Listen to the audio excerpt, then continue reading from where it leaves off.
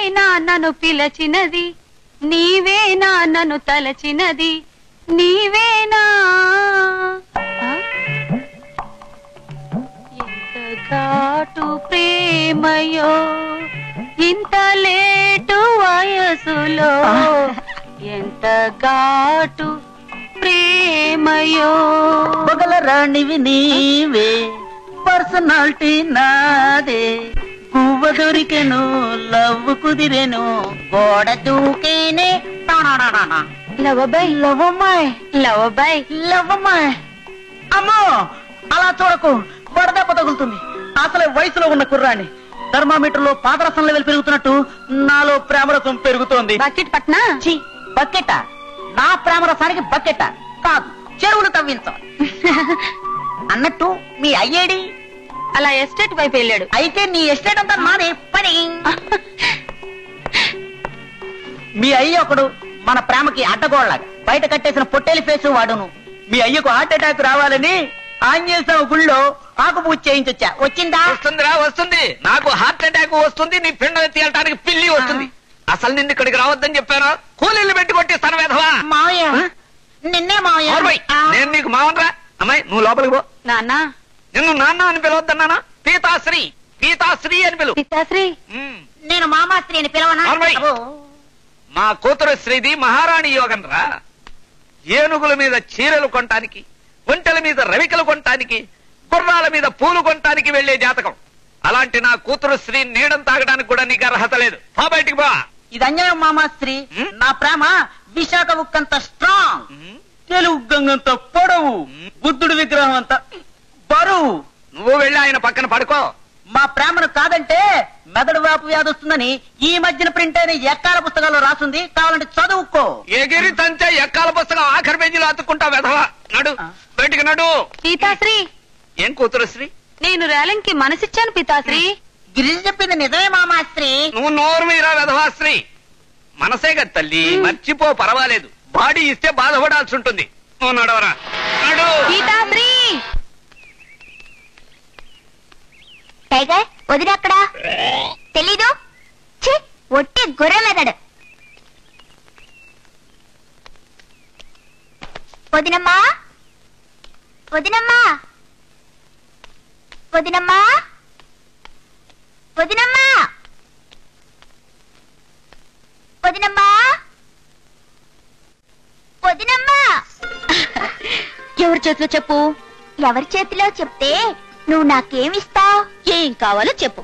నాకు అమ్మ కావాలి, అమ్మ లాంటి ప్రేమ కావాలి. కంటికి రెప్పకు ఎంత దూరమో చెప్పు. అసలు దూరమే లేదు. వదినకు అమ్మకు అంతే దూరం, అంటే దూరమే లేదన్నమాట. అన్నమాట కాదు, ఉన్నమాటే. అందుకనే నువ్వు నాకు వదినమ్మవు. మాటలతో కడుపు నిండదు గాని త్వరగా అన్నం తిందు గాని. వదినమ్మా, దసరాకు ఊళ్ళో గొర్రె పందాలున్నాయంట. అందుకని మన టైగర్ తో పోటీకి వెళ్తాను. అలాగే రాజు. మరి పోటీలో టైగర్ గెలవాలంటే మంచి తిండి గిండి బలం గిలం కావాలి కదా. కదా, మరి హార్లిక్స్ బొర్లు పడదావా? గొర్రెలకు అవి పెట్టరు. మంచి మేత పెట్టి మేపాలి. మంచి మేత కావాలంటే డబ్బులు కావాలి. అందుకని నువ్వు డబ్బులు ఇస్తే. అలాగే రాజు, అన్నయ్య రాని అడిగిస్తాను. రా. ఈరోజు చాలా ఆలస్యమైంది. దసరా బోనస్ తీసుకోవడం ఆలస్యమైంది. జీతం డబ్బులు నెల ఖర్చు కొంచెం, బోనస్ మాత్రం ఖర్చు చేయకు. నాకు నగలు చేయిస్తారా? కాదు, నేను బట్టలు కుట్టించుకోవాలి. డబ్బులు. ఇది నేను కష్టపడి సంపాదించిన సొమ్ము. ఇది తాకడానికి కాదు కదా, చివరికి చూడడానికి కూడా నీకు హక్కు లేదు. అతను వెళ్ళి. చూసారా, మీరన్న మాటలకు వాడు ఎంత బాధపడుతున్నాడో. అనవసరంగా వాడి మనసు గాయపరిచారు. వెళ్ళి తప్పైపోయింది, క్షమించమని కాళ్ళు పట్టుకునేదా? అది కాదండి, పసివాడు తెలియక. జానకి, పసివాడిని ఇవాళ మనం భుజాలెక్కించుకుంటే రేపు నెత్తికెక్కుతాడు, చేతికి అందకుండా పోతాడు. వాడి నువ్వే గారాబం చేసి పాడు చేస్తున్నావు. వాడి మీద నాకు మాత్రం ప్రేమ లేదా? పిల్లల మీద ప్రేమ మనసులోనే ఉండాలి గాని బయటికి చూపిస్తే ఎందుకు పనికి రాకుండా పోతారు.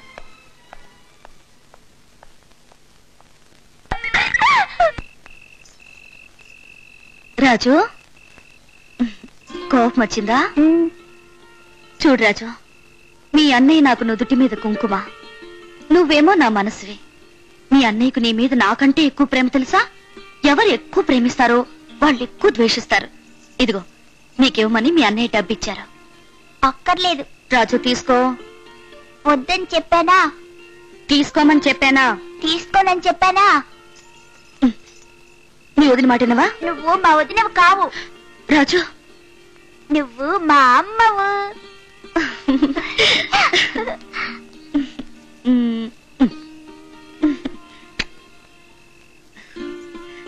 పడుకో.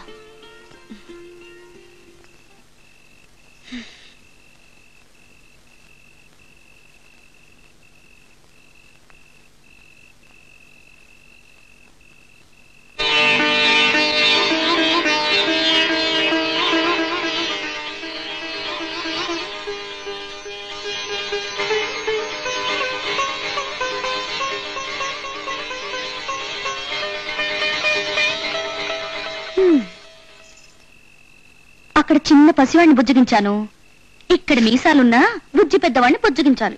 నన్ను తాకు ఒంటరిగా ఉన్నాయి. ఒంటరిగా ఉంటే తుంటరి ఆలోచనలు వస్తాయి. అప్పుడు జానకి అని పిలిస్తే అసలు రాను తెలుసా? అదే నాకు కావాల్సింది. ఒళ్ళు చాలా వేడిగా ఉంది.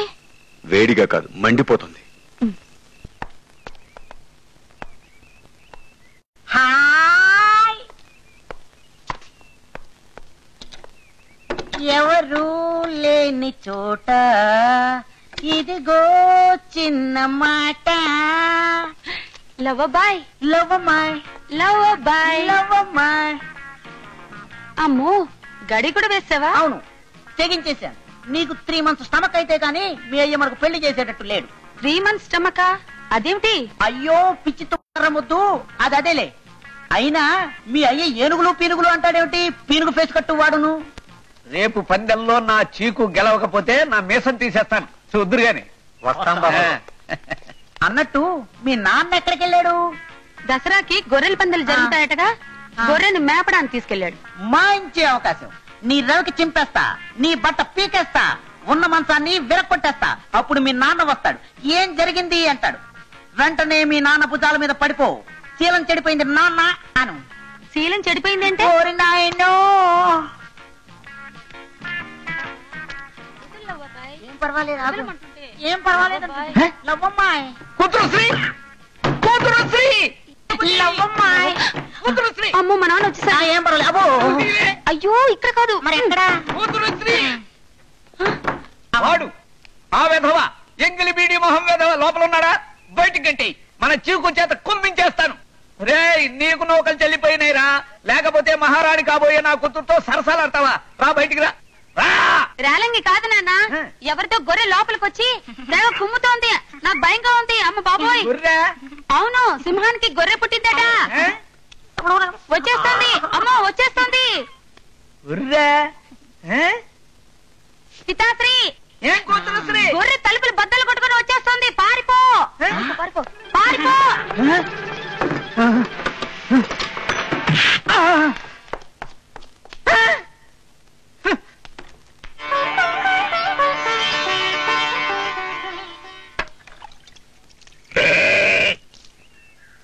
చూడు రాజు, నీ గొర్రె మా మామ దండాలయ్య గొర్రెను ఒక్క కుమ్ము కుమ్మితే ఒక్కొక్క వెంట్రుక ఊడిపోవాలి.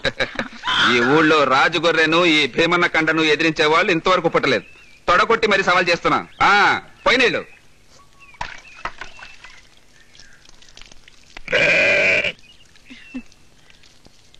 వదినా,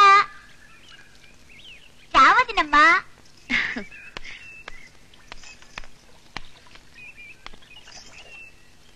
వదినమ్మా, నీ చేతులతో టైగర్ కి బొట్టు పెడితే పోటీలో గెలిచి తీరుతుంది. రాజు చాలా కరెక్ట్ గా చెప్పాడమ్మా. నువ్వు బొట్టు పెట్టి తీరాల్సిందే. అవునమ్మా. రాజు, నువ్వు వెళ్ళి బొట్టు తీసురా.